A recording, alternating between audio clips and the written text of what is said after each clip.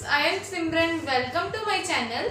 आज आप करांगे एक्सरसाइज 1.4 ਦੇ क्वेश्चन आंसर सेट्स ਤੇ अपने ਆਪਾਂ ਪਿਛਲੇ ਲੈਕਚਰ ਦੇ ਵਿੱਚ ਪੜ੍ਹੇ ਸੀ ਕਨਸੈਪਟ ਯੂਨੀਅਨ, ਇੰਟਰਸੈਕਸ਼ਨ, ਇਹਦੇ ਕੁਝ ਆਪਰੇਸ਼ਨਸ ਕੀਤੇ ਸੀ ਹਨਾ ਆਪਾਂ ਵਿਨ ਡਾਇਗਰਾਮ ਦੇ। ਸੋ ਉਹਦੇ ਨਾਲ ਰਿਲੇਟਡ ਆਪਣੇ ਕੁਐਸਚਨਸ ਆ। ਦੇਖੋ ਕੁਐਸਚਨ ਨੰਬਰ 1 ਸਟੇਟਮੈਂਟ ਕੀ ਹੈ ਆਪਾਂ ਨੂੰ each of the union of the following pair ਆਪਾਂ ਇਹਦੇ ਵਿੱਚ ਕੀ ਕਰਨਾ ਹੈ ਯੂਨੀਅਨ ਫਾਈਂਡ ਕਰਨਾ ਜਿਹੜੇ ਆਪਾਂ ਨੂੰ ਪੇਅਰ ਦਿੱਤੇ ਆ ਸੈਟ ਤੇ। यूनियन अब जब पढ़िया सी अपने को दो सैट हुंदे सी लेट ए एंड बी दो सैट हुंदे सी। यूनियन किवें करदे सी जदों आपां उन्हां दे सारे एलीमेंट लैंदे सी। की हुंदा सी जदों आपां यूनियन करदे सी की हुंदा सी कंटेन ऑल द एलीमेंट्स। आपां सारे एलीमेंट्स लैंदे सी दोवां सैट ते। की हुंदा अपने को दो सैट हुंदे सी जदों आपां यूनियन करना सी आपां सारे एलीमेंट लैंदे सी सैट दे बट जिहड़ा कॉमन एलीमेंट हुंदा सी ਉਹਨੂੰ ਸਿਰਫ ਇੱਕ ਵਾਰ ਲੈਂਦੇ ਸੀ। ਇੱਕ ਐਗਜ਼ਾਮਪਲ ਤੋਂ ਸਮਝਦੇ ਆਪਾਂ ਨੂੰ ਇੱਕ ਸੈਟ ਦਿੱਤਾ x ਜਿੰਦੇ ਐਲੀਮੈਂਟਸ ਨੇ 1 3 5। ਦੂਜਾ ਸੈਟ ਦਿੱਤਾ ਆਪਾਂ ਨੂੰ y ਜਿੰਦੇ ਐਲੀਮੈਂਟਸ ਨੇ 1 2 3। ਆਪਾਂ ਕੀ ਕਰਨਾ ਹੈ ਯੂਨੀਅਨ ਕਰਨਾ।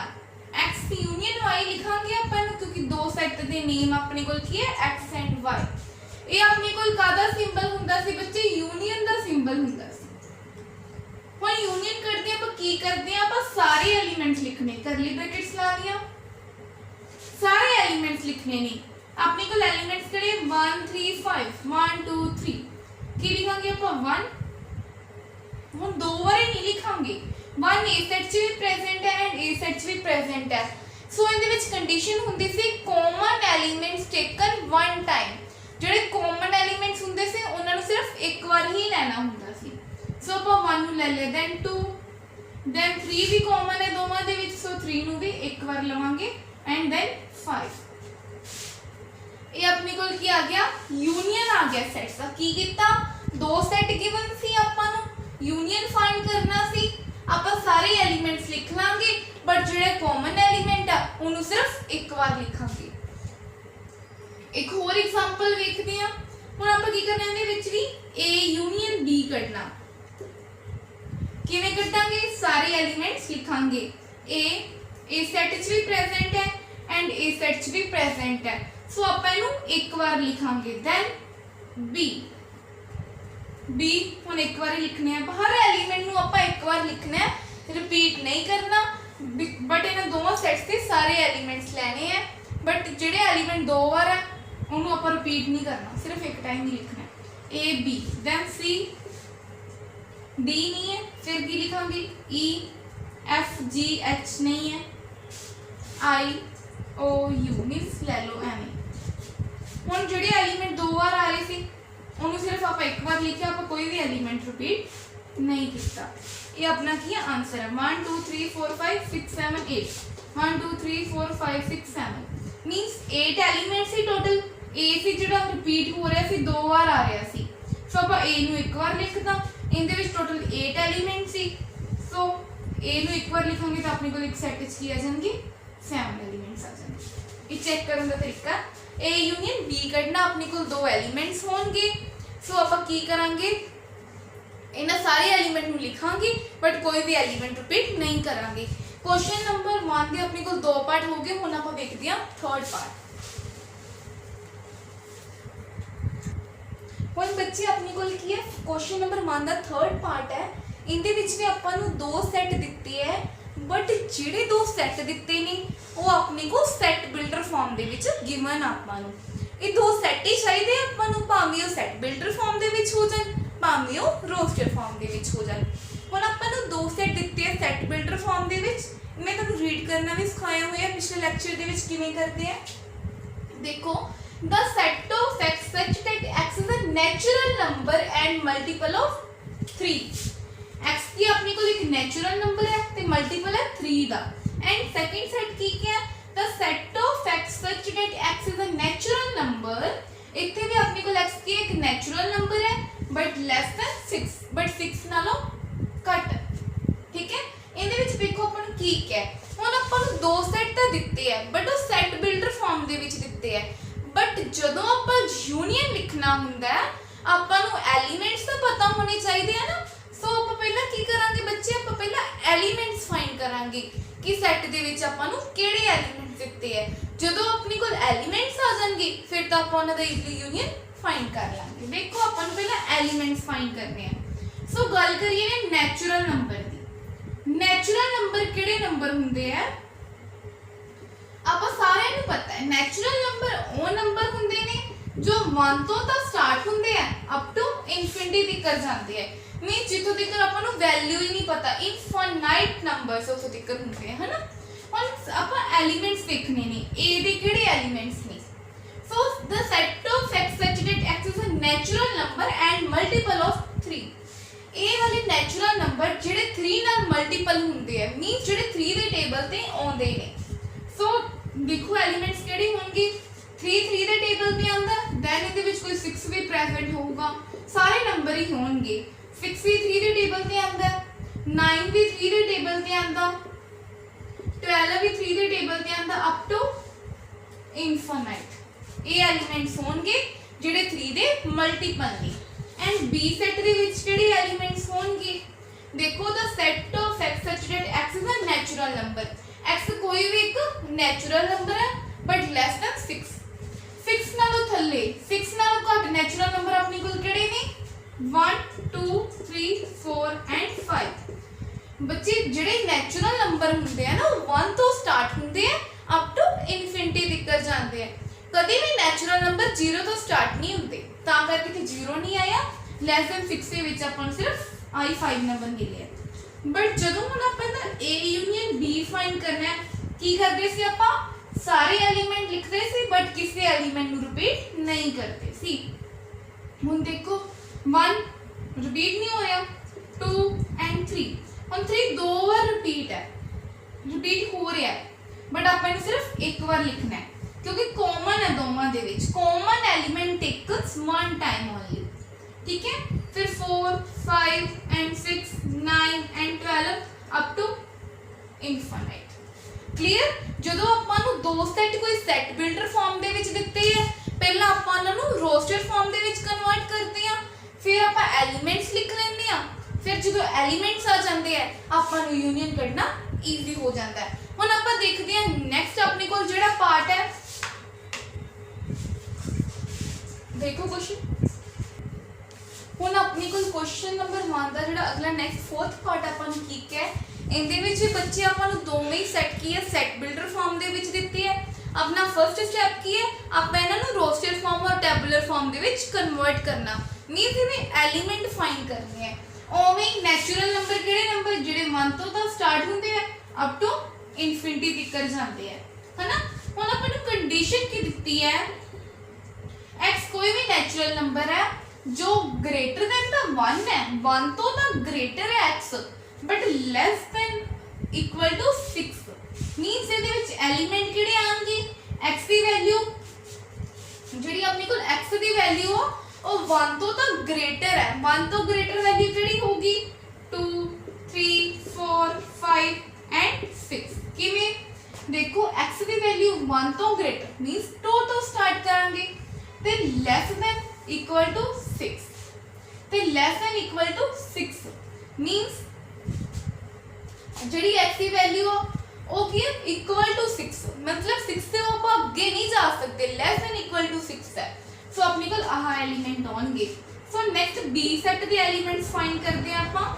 नेचुरल नंबर लेस देन 6, 6 तो थल्लड़े नेचुरल नंबर किहड़े ने अपने कोल 1 2 3 4 एंड 5। 1 तो नीचे नेचुरल नंबर अपने कोल किहड़े हो गए 1 2 3 4 5। ओवें इन्हां दा A यूनियन B फाइंड करना है, किवें करांगे ओवें एलिमेंट नूं लिख लांगे। 1 2 की सी कॉमन आ रहा सी सो इनू एक बार ही लिख लिया, 3 कॉमन आ रहा है सो इनू एक बार लिखना है, 4 भी कॉमन है एक बार लिखना है, 5 भी कॉमन है सिर्फ 1 टाइम एंड 6। ये अपने कोल की आ गया A यूनियन B आ गया। नेक्स्ट देखो अपने कोल की एक A सेट दिता होया, एक A सेट दिता, एक अपने कोल B सेट दिता। हुण जिहड़ा B सेट ये अपने कोल की हुंदा है एम्प्टी सेट, मीनस वो सेट जिहदे विच कोई भी एलिमेंट प्रेजेंट नहीं हुंदा। एम्प्टी वर्ड ही आपां काहदे लई यूज करते हैं, खाली लई, मीनस कुछ भी नहीं है, खाली है सिर्फ। तां करके एम्प्टी सेट B अपने कोल 5 की एक एम्प्टी सेट है। The which does not contain any element, means ਇਹਦੇ ਵਿੱਚ ਕੋਈ ਵੀ एलिमेंट नहीं है। तो ਜਦੋਂ ਆਪਾਂ A union B ਕਰਦੇ ਆ ਕੀ ਆਊਗਾ ਆਪਣੇ ਕੋਲ ਆਹੀ एलिमेंट्स ਆ ਜਾਣਗੇ 1 2 3, क्योंकि ਆਪਾਂ ਬੱਚੇ ਕੀ ਕਰਦੇ ਆ ਜਦੋਂ यूनियन फाइंड करते ਆ ਆਪਾਂ ਸਾਰੇ एलिमेंट लिखते ਆ। ਹੁਣ ਇਹਨਾਂ ਵਿੱਚ एलिमेंट्स ਕਿਹੜੇ ਸੀ 1 2 3 ਸੀ, B ਦੇ ਵਿੱਚ ਤਾਂ ਕੋਈ एलिमेंट ਹੀ नहीं ਸੀਗਾ। ਸੋ ਆਪਾਂ ਕੀ ਕਰਾਂਗੇ A union B ਦੇ ਵਿੱਚ ਆਹੀ एलिमेंट ਲਿਖਾਂਗੇ। ਹੁਣ ਆਪਣੇ ਕੋਲ क्वेश्चन 1 ਹੈ जो कंप्लीट हो गया। ਹੁਣ ਆਪਾਂ ਦੇਖਦੇ ਹਾਂ क्वेश्चन नंबर 2। देखो बच्चे अपने कोल क्वेश्चन नंबर 2 है। ਇਹਦੀ स्टेटमेंट देखो की कि ਆਪਾਂ ਨੂੰ ਇੱਥੇ ਵੀ ਦੋ ਸੈਟ ਗਿਵਨ ਨੇ जो A सेट है ਉਹਦੇ एलिमेंट्स ने A and B।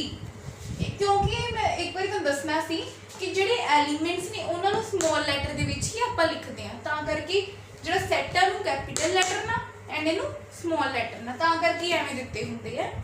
And B set ਦੇ एलिमेंट्स ने A B and C। First question उन्होंने पूछा है is A subset of B और B subset of A, means एक दूसरे सबसेट है कि नहीं है।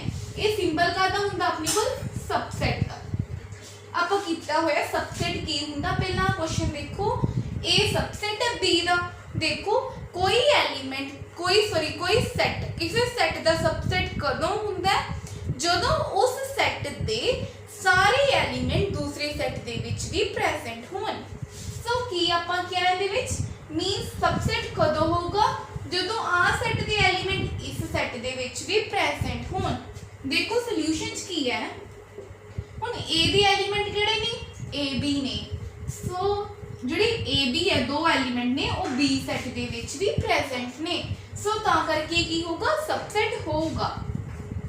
Yes A subset of B because क्योंकि ये जड़ा because A B belongs to A set ਨੂੰ ਵੀ बिलोंग करते पे है और जो A B है वो बिलोंग करते पे B सेट ਨੂੰ ਵੀ।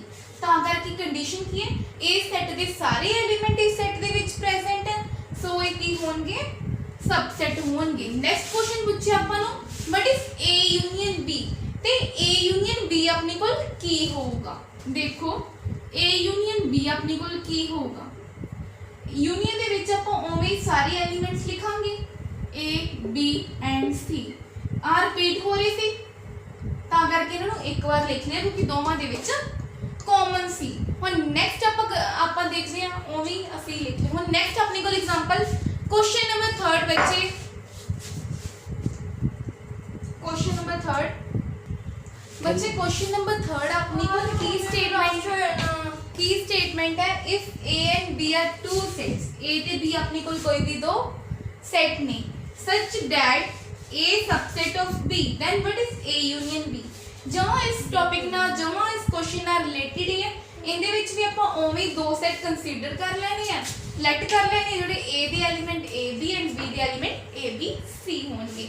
ओवें कर लेना आपां सिंपली भी लिख सकते हैं इफ A जे सबसेट होगा B दा देन अपनी कोल की होगा A यूनियन B अपनी कोल B दे इक्वल होगा। मैं किवें लिखिया देखो ਜਦੋਂ ਆਪਾਂ ਇੱਥੇ A यूनियन B ਕੱਢਿਆ ਸੀ ਆਪਣੇ ਕੋਲ ਆਹ ਵਾਲੀ ਚੀਜ਼ ਆਈ ਸੀ A B C, ਇਹ ਜਿਹੜੇ ਆਹ ਵਾਲੇ element C A B C ਇਹ B ਦੇ ਇਕੁਅਲ ਸੀ ਨਾ, ਤਾਂ ਕਰਕੇ ਆਪਣੇ ਕੋਲ B ਦੇ ਇਕੁਅਲ ਆਪਾਂ ਲਿਖਤਾ। ਠੀਕ ਹੈ ਕਲੀਅਰ ਹੈ। ਉਵੇਂ ਆਪਾਂ A यूनियन B ਜਦੋਂ ਕੀ ਆਊਗਾ ਆਪਣੇ ਕੋਲ B ਦੇ ਇਕੁਅਲ ਹੀ ਆਊਗਾ ਕਿਉਂਕਿ ਆਹ ਵਾਲੀ ਚੀਜ਼ ਸੀਗੀ। ਉਵੇਂ ਇਸ ਕੁਐਸਚਨ ਦੇ ਵਿੱਚ ਦੋ ਸੈਟ ਲੈਟ ਕਰਕੇ ਹੀ ਕਰਨਾ ਤੁਸੀਂ ਕੁਐਸਚਨ। ਇਹ ਤੁਸੀਂ ਆਪ ਸੋਲਵ ਕਰਕੇ ਵੇਖਿਓ, ਜੇ ਫਿਰ ਨਾ ਹੋਏ ਤਾਂ ਮੈਨੂੰ ਕਮੈਂਟ ਬਾਕਸ ਦੇ ਵਿੱਚ ਦੱਸਿਓ। ਹੁਣ ਆਪਾਂ ਦੇਖਦੇ ਹਾਂ ਕੁਐਸਚਨ ਨੰਬਰ 4। ਹੁਣ ਆਪਣੇ ਕੋਲ ਕੁਐਸਚਨ ਨੰਬਰ 4 ਹੈ।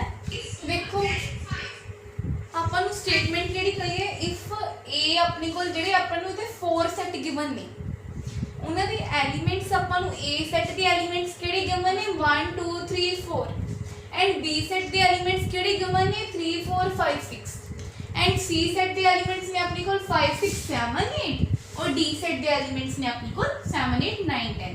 आपा फाइंड करना जेडे अपन नु थल्ले अपन नु सेट्स दिते ने। हुन आपा A यूनियन B फाइंड करना, आपा A यूनियन B किवें फाइंड करांगे इन्हां दोवां दे आपा एलिमेंट्स देखांगे। हुन आपा A यूनियन B आपा किवें कढांगे देखो A सेट दे एलिमेंट्स ते B सेट दे एलिमेंट्स वेखांगे आपां।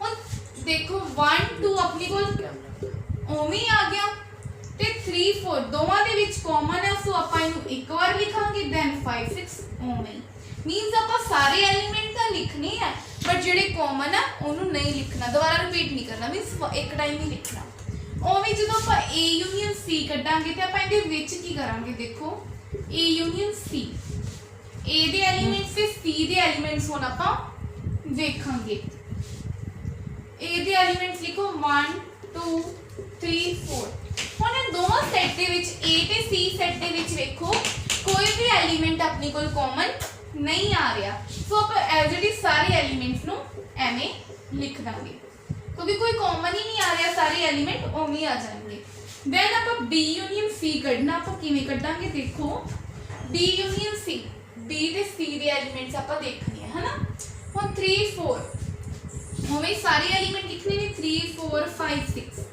ਹੁਣ 5 6 ਹੈ ਜਿਹੜਾ ਦੋਵਾਂ ਦੇ ਵਿੱਚ ਕਾਮਨ ਹੈ ਸੋ ਆਪਾਂ ਨੂੰ ਇੱਕ ਵਾਰ ਲਿਖ ਲਿਆ ਦੈਨ 7 8 ਸੋ ਇਹ ਆਪਣੀ ਕੋਲ ਆ ਗਿਆ B ਯੂਨੀਅਨ C ਨੈਕਸਟ ਆਪਾਂ B ਯੂਨੀਅਨ D ਕੱਢਣਾ ਹੈ ਆਪਾਂ ਕਿਵੇਂ ਕੱਢਾਂਗੇ ਦੇਖੋ B ਐਂਡ D ਦੇ ਐਲੀਮੈਂਟ ਦੇਖੋ ਇਹਨਾਂ ਵਿੱਚ ਵੀ ਕੁਝ ਕਾਮਨ ਨਹੀਂ ਹੈ ਸੋ ਐਜ਼ ਇਟ ਇਜ਼ ਸਾਰੇ ਐਲੀਮੈਂਟਸ ਆ ਜਾਣਗੇ 3 4 5 6 ਕੋਈ ਐਲੀਮੈਂਟ ਕਾਮਨ ਨਹੀਂ ਮੀਨਸ ਇਹਦੇ ਵਿੱਚ ਕੋਈ ਐਲੀਮੈਂਟ ਇੱਕ ਦੂਜੇ ਦੇ ਬਰਾਬਰ ਨਹੀਂ ਹੈ ਸੋ ਸਾਰੇ ਐਲੀਮੈਂਟਸ ਐਵੇਂ ਆ ਜਾਣਗੇ 7 8 9 10 ਐਜ਼ ਇਟ ਇਜ਼ ਸੋ ਹੁਣ ਆਪਾਂ ਦੇਖਦੇ ਹਾਂ ਕੁਐਸਚਨ ਨੰਬਰ 4th ਦਾ 5th ਪਾਰਟ ਦੇਖੋ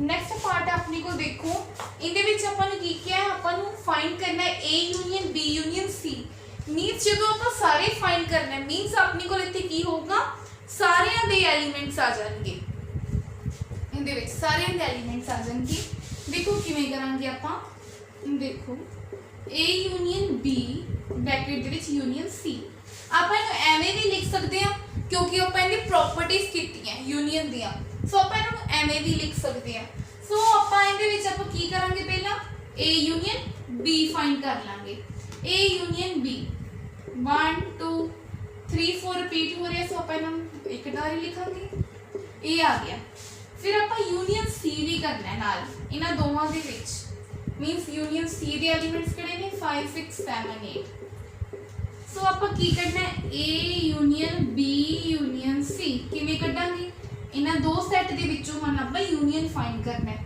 ਪਹਿਲਾਂ ਆਪਾਂ A ਯੂਨੀਅਨ B ਕੱਢਿਆ ਆਪਣੇ ਕੋਲ ਆ ਗਿਆ ਫਿਰ ਨਾਲ ਯੂਨੀਅਨ C ਵੀ ਕਰਨਾ ਸੀ ਮੀਨਸ ਇਹ ਦੋਵਾਂ ਦੇ ਵਿੱਚੋਂ ਆਪਾਂ ਫਿਰ ਆਹ ਵਾਲੀ ਨਾਲ ਕੱਢਾਂਗੇ ਪ੍ਰੋਪਰਟੀ ਲਾ ਕੇ ਯੂਨੀਅਨ ਮੀਨਸ ਇਹ ਦੋ ਸੈੱਟ ਦੇਖਾਂਗੇ ਆਪਾਂ ਦੇਖੋ 1 2 3 4 5 ਤੇ 6 ਰਿਪੀਟ ਹੋ ਰਿਹਾ ਹੁਣ ਦੋਵਾਂ ਦੇ ਵਿੱਚ ਸੋ ਆਪਾਂ ਇਹਨੂੰ ਇੱਕ ਵਾਰ ਲਿਖ ਲਾਂਗੇ ਬਾਕੀ ਸਾਰਾ ਸੇਮ ਐਜ਼ ਇਟ ਇਜ਼ ਲਿਖਾਂਗੇ ਸਾਈਡ ਆਪਣੇ ਕੋਲ ਆ ਗਿਆ ਇੱਥੇ A union B union C ओवे नेक्स्ट नु ਆਪਾਂ ਕੀ ਲਿਖ ਲਾਂਗੇ A union B union D ਐਵੇਂ ਲਿਖਾਂਗੇ ओवे A ਯੂਨੀਅਨ B ਆਪਾਂ ਕੱਢ ਲਿਆ ਸੀ ਆਪਣੇ ਕੋਲ ਕੀ ਆ ਗਿਆ ਸੀ ਆ ਗਿਆ 1 2 3 4 5 and 6 ਆ ਗਿਆ ਸੀ नेक्स्ट यूनियन D ਸੀ ਨਾਲ D ਦੇ ਐਲੀਮੈਂਟਸ ਕਿਹੜੇ ਨੇ ਆਪਣੇ ਕੋਲ 7 8 9 और 10 ਐਵੇਂ ਫਿਰ ਠੀਕ ਹੈ ਆਪਾਂ ਕੀ ਕਰਨਾ A union B union D ਐਵੇਂ ਫਾਈਂਡ ਕਰਨਾ ਸੋ ਆਪਾਂ ਪਹਿਲਾਂ A यूनियन B ਫਾਈਂਡ ਕਰ ਲਾਂਗੇ